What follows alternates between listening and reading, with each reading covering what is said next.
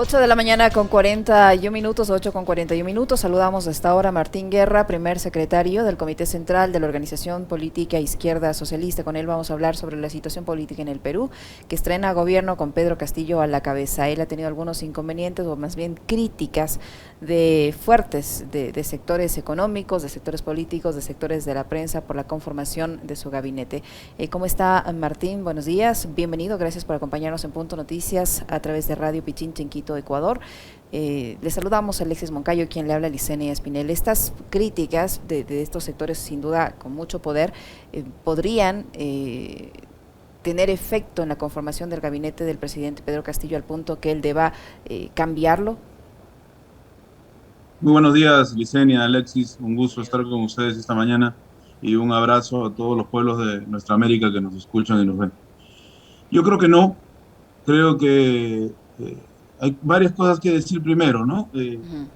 El actual gobierno de Pedro Castillo fue elegido y se inició inmediatamente una guerra para desconocer los resultados, una guerra sin cuartel, con todo el capital de por medio que ustedes se puedan imaginar, con el apoyo de todos los medios de la concentración mediática. Acá en nuestro país, dos familias son dueñas de los medios de comunicación.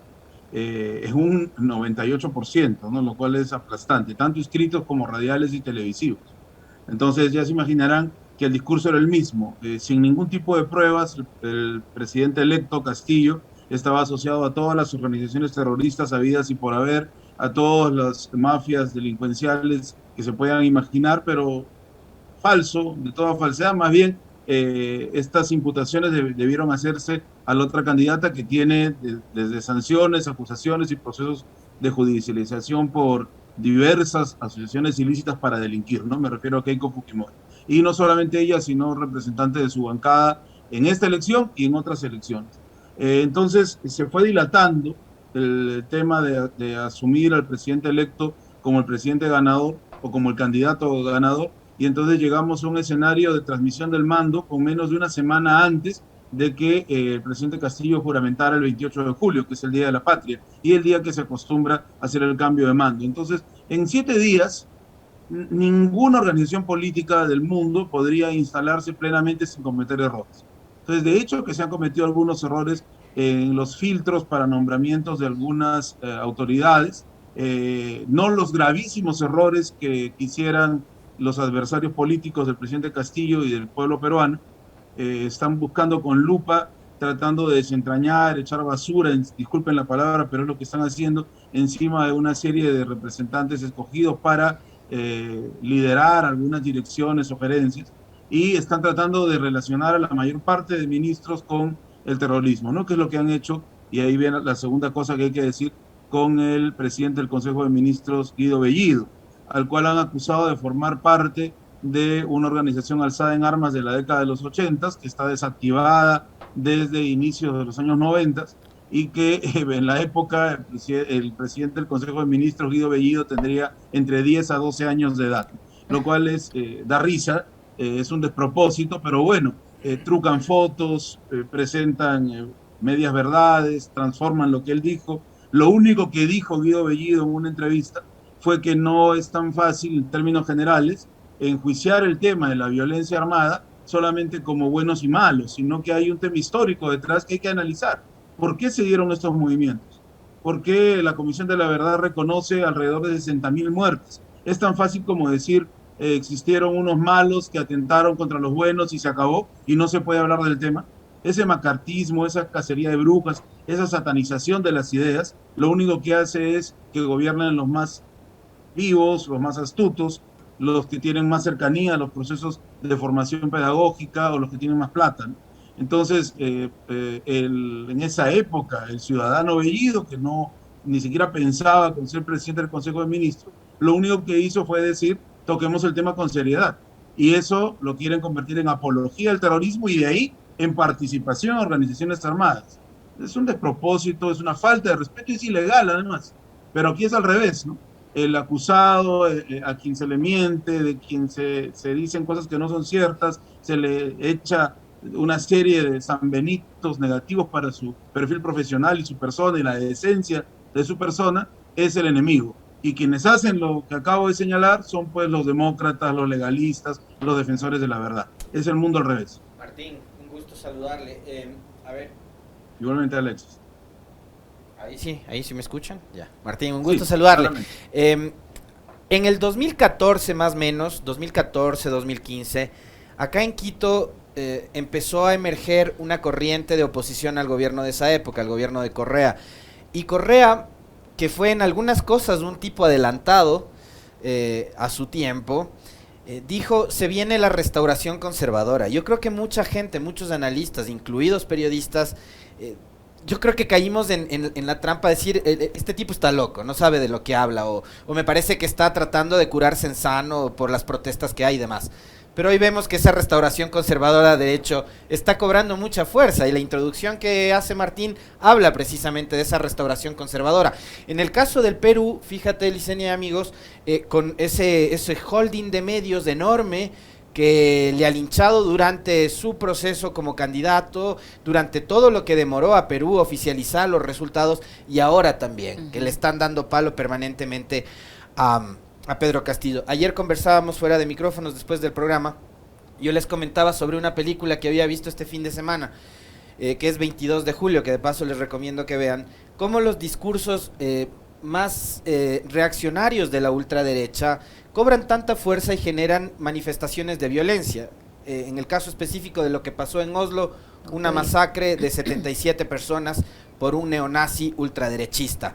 Acá no han llegado a esos extremos de violencia física, pero sí de violencia lírica, de violencia a nivel mediático, a nivel político. Y de violencia política.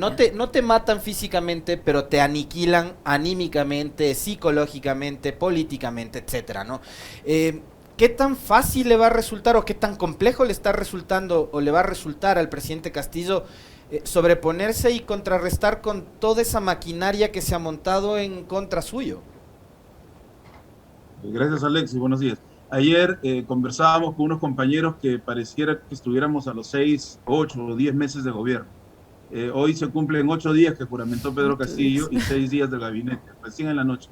Sin embargo, ya se ha escrito y se ha hablado mares de tinta y kilómetros de videos y de audios sobre un gobierno que recién ha comenzado, ya no tiene ni 15 días y a quien le están poniendo todas las trabas. Lo que señalas es correcto, no solamente, si bien es cierto, sí ha habido escenas de violencia lamentablemente en nuestro país, no de manera extrema, felizmente, pero sí hay formas de golpear con la violencia la psiquis, el ánimo y los bolsillos. Uno de los emporios más poderosos del país, Alicor, ha subido todos los precios de manera exorbitante, al 30%, al 50%, al 20%, al 70% en algunos casos. Otros productos como el aceite, el gas, que son de uso cotidiano, se han disparado, en algunos casos al doble. Entonces, golpean los bolsillos de las personas. Ellos inmediatamente dicen, los medios, que todo ha subido. No, solo han subido los productos de Alicor, además del gas. Pero tratan de decir que es por las medidas del presidente Castillo. ¿Cuáles medidas si recién tenemos 8 días de juramentación y 6 días de gobierno efectivo? Entonces, lo que están haciendo es jugar también a la violencia especulativa que golpea los bolsillos, es decir, la violencia económica. Y la subida del dólar, que ha pasado a los 4 soles. Entonces, el dólar se ha disparado y eso, haciendo un análisis simple de economía, no corresponde a lo que está ocurriendo en el mundo. Hay un alza, es cierto, a nivel mundial, pero no a ese nivel. Y eso se decide en el Banco Central de Reserva. Las autoridades que están en el Banco Central de Reserva son las mismas que han estado durante toda la época neoliberal.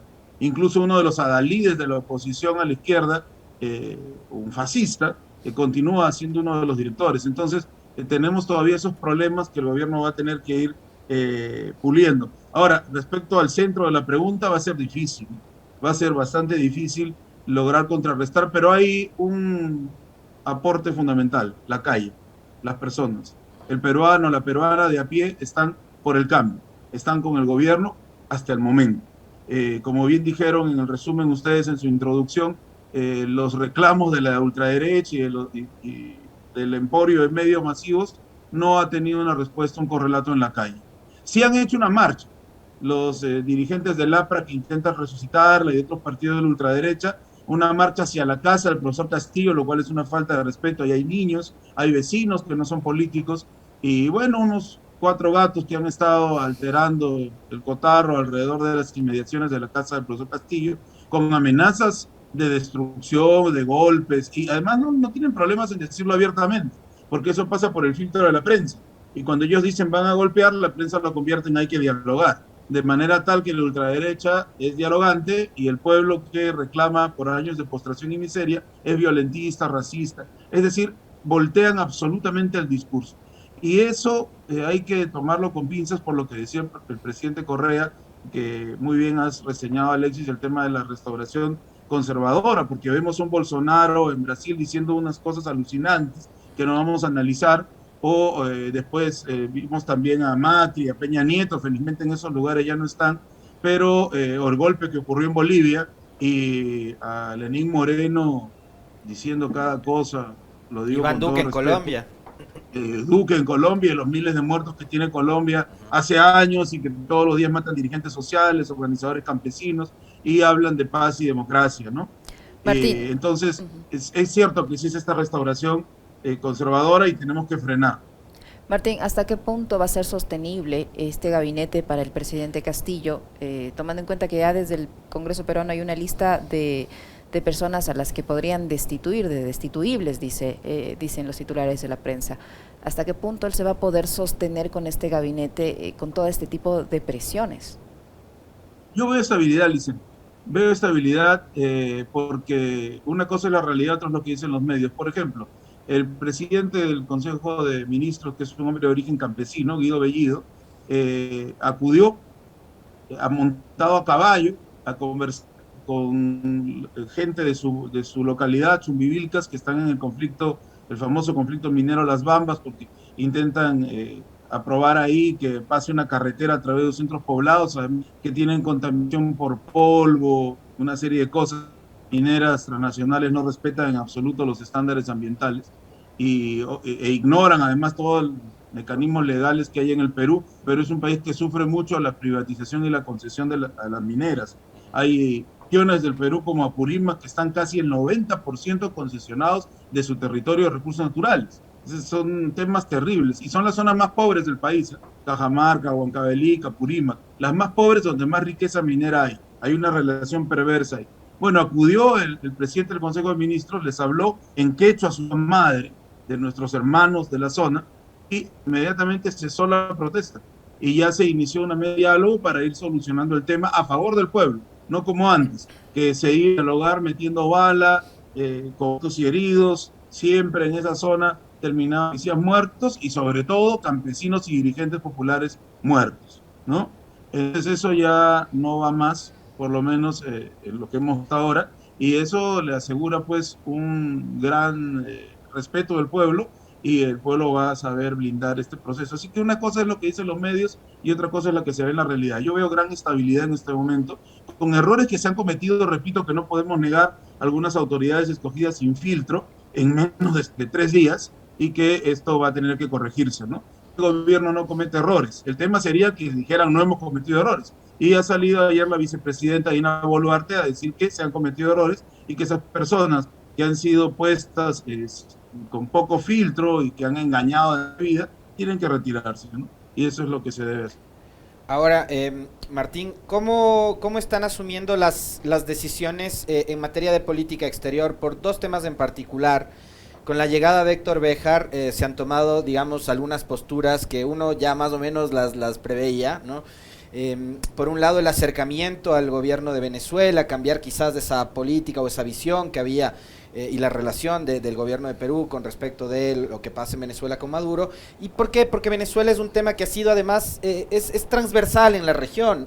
La campaña política en Ecuador durante febrero, marzo, abril se venezualizó, ¿no? Acá el tema Venezuela fue un tema permanente y constante en la campaña, ¿no? En Colombia ocurre lo mismo, le acusan de aquello a Petro, de estar vinculado y de tales. Se ha convertido en un estigma horrible sin considerar que se trata de, yo les digo compatriotas, porque esta es la patria grande, de ciudadanos además que están en condiciones de movilidad humana muy complejas. Por un lado el tema Venezuela y por otro la decisión de salirse del Grupo de Lima. Entonces el Grupo de Lima se queda sin Lima. ¿Qué va a pasar ahí? Sí, hay que reconocer que Venezuela siempre merece respeto, es la patria del libertador, del hombre que acudió a liberar territorios que le eran ajenos por su experiencia vivencial, pudo no haberlo hecho, pero ese hombre comprendió la unidad de nuestra América. Solo por eso, por él, por Miranda, por tantas mujeres merece respeto, pero además por más. Durante el gobierno de Chávez, a nosotros los peruanos, se nos hizo una serie de apoyos, por ejemplo, en Misión Milagro. Miles de peruanos se volvieron a ver gracias a Misión Milagro. Así que hay que tener siempre respeto, como tú bien has dado, por la situación, además, económica que viven en la actualidad por el bloqueo. No se acuerdan de la bonanza que tuvieron y que ayudaron con esa bonanza a muchos pueblos. Aquí también se venezolizó el tema político, ¿no? La frase es, no queremos ser Venezuela, y lo utilizan en grandes carteles, y parece que ser venezolano fuera ser un leproso, una cosa terrible, ¿no? Entonces sí, eso es lo que hacen, lo han hecho en todo el continente. Pero voy a dejar quien sacamos desde aquí, y que es un orgullo para nosotros, este maestro de generaciones en las universidades peruanas, y además un hombre comprometido con su pueblo desde la década de 70 en una serie de participaciones políticas siempre a la vanguardia, un hombre honesto y consecuente, sea ahora nuestro ministro de Relaciones Exteriores, da por terminado pues el participación de Perú como país fundante, además del Grupo de Lima, ¿no? Como tú bien dices, el Grupo de Lima se queda sin Lima, ya se quedó sin México, ya se retiró Argentina, Bolivia no le hace ningún caso a las decisiones tomadas en el Grupo de Lima, y solo están ahí pues los que tienen gobiernos fascistas o filofascistas, ¿no? El término es grueso, yo sé, pero las opiniones de estos presidentes y de sus gobiernos racistas, clasistas, actúan corporativistamente, usan la violencia para reprimir, no solamente la física, los caracteriza pues de filofascistas. Entonces, al perder Lima como eje central, eje coordinador, creo que ya arroja al tacho de basura de la historia al Grupo de Lima, ¿no? ¿Cómo se va a crear un grupo de países para sancionar a un país hermano y además para colaborar con el bloqueo económico e incluso insinuar invasión militar norteamericana en un momento determinado? Y además, esto es gravísimo, apoyar un cogollo de corruptos dirigidos por Juan Guaidó, a quien el mismo Partido Demócrata ha denunciado, y además del Partido Demócrata, varias ONGs norteamericanas han denunciado por haberse desaparecido los dineros del apoyo a la ayuda humanitaria a Venezuela. USAID ha denunciado a Juan Guaidó. ¿Cómo estarán las cosas para que USAID, que no es santo de mi devoción y que huele a azufre, como diría alguien de honda recordación, denuncia a Guaidó, ¿no? Entonces la cosa es crítica. Eso era el Grupo de Lima, eso es nefasto para un pueblo, para un país, es vergonzoso, es antiético, va contra toda la regla de la diplomacia. Entonces Héctor Béjar ha llegado para poner fin a eso, y creo que se inicia un momento de hermandad para los pueblos de nuestra América, y como bien ha dicho el canciller Béjar, no solamente para los países pues, que estén de acuerdo con la corriente ideológica izquierda, sino para todo el continente, porque esa es la idea del trabajo diplomático y la unidad nuestra americana, es la unidad de los pueblos, no necesariamente de los gobiernos nada más. Entonces yo creo que ahí se inicia un tiempo interesante para el Perú. Hemos estado alejados de la política latinoamericana real, solamente hemos existido para apoyar votaciones contra los pueblos que luchan por su independencia, y totalmente fuera de los debates actuales, ¿no? De eliminar el hambre, de desarrollar una educación para todos, de que la salud, la vivienda no sean mercancías. Esas cosas que se han venido trabajando desde finales de la década de los 90 en nuestro continente. El Perú ha estado ajeno por sostener una agenda neoliberal que trajo el fujimorismo y que profundizaron los sucesivos gobiernos. Eso creo que ya no va más, ni a la interna ni en las relaciones exteriores. Muchísimas gracias, Martín. Se nos agotó el tiempo. Martín Guerra, primer secretario del Comité Central de la Organización Política Izquierda Socialista del Perú, que ha estado con nosotros. Gracias, Martín. Muy gentil. Gracias, Licenia. Gracias, Alexis. Un abrazo a todos.